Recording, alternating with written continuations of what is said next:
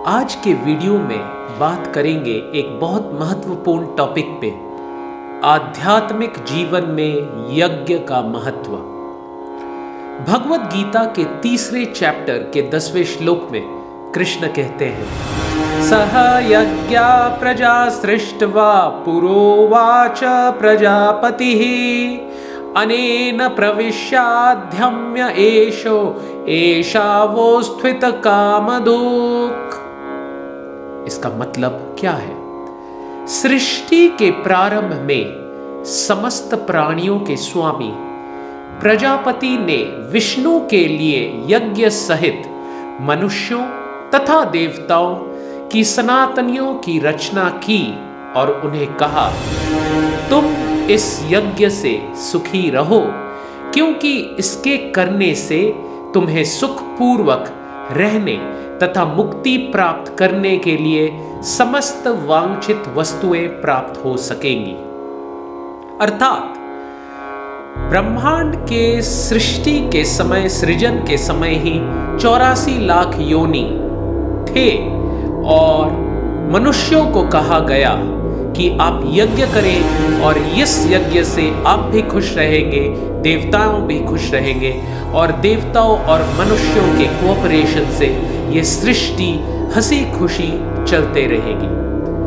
तो हमें प्रश्न आता है कि ऐसा तो हमें आज के डेट में पढ़ाया नहीं जाता। हम तो डार्विनियन थ्योरी ऑफ एवोल्यूशन पढ़े हैं, जैसे मैं एक MBBS MD professor head of the department हूं। तो अगर डार्विनियन थ्योरी को ध्यान से देखें तो डार्विन ने अपने दोस्त वेलेस को लिखा कि ये जो मैं थ्योरी बोल रहा हूं इस पे मुझे खुद ही भरोसा नहीं है।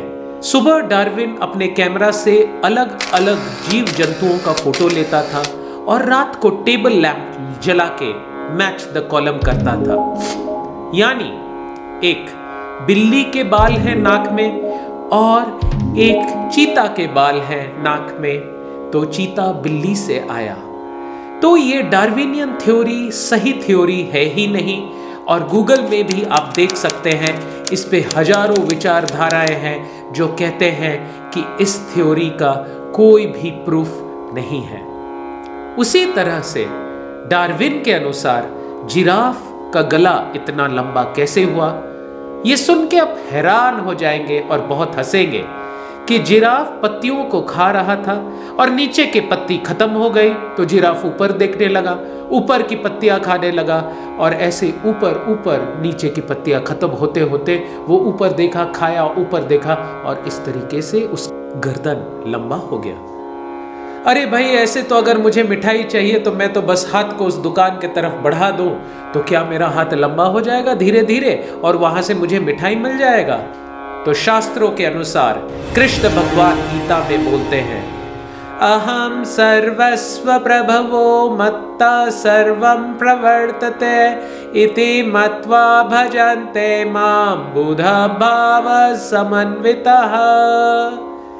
सारे 84 लाख योनि शुरू से ही क्रिएशन में हैं। ये शास्त्रों के अनुसार है।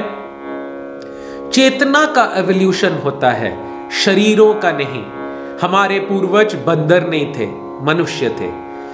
उसी तरह जब अग्नि कुंड में, यज्ञ कुंड में हवन सामग्री डालते हैं, वो स्वयं विष्णु के मुंह में जाता है और देवताओं के थ्रू वो पहुंचता है देवों को और भगवान को, जिससे वो खुश होते हैं और ये पूरा संसार, ये पूरा जगत चलता है।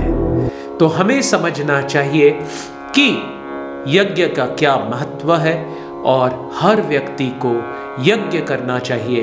और कलयुग में जो यज्ञ है वो है हरिनाम संकीर्तन यज्ञ। जो भी हरिनाम करेगा और हरिनाम संकीर्तन में भाग लेंगे वो हमेशा के लिए खुश होंगे और इस जीवन से मुक्ति प्राप्त करके, ईश्वर प्रेम प्राप्त करके परमात्मा को प्राप्त होंगे। मैं हूं doctor Saurabh Chaudhary, your ancient Indian Vedic ambassador.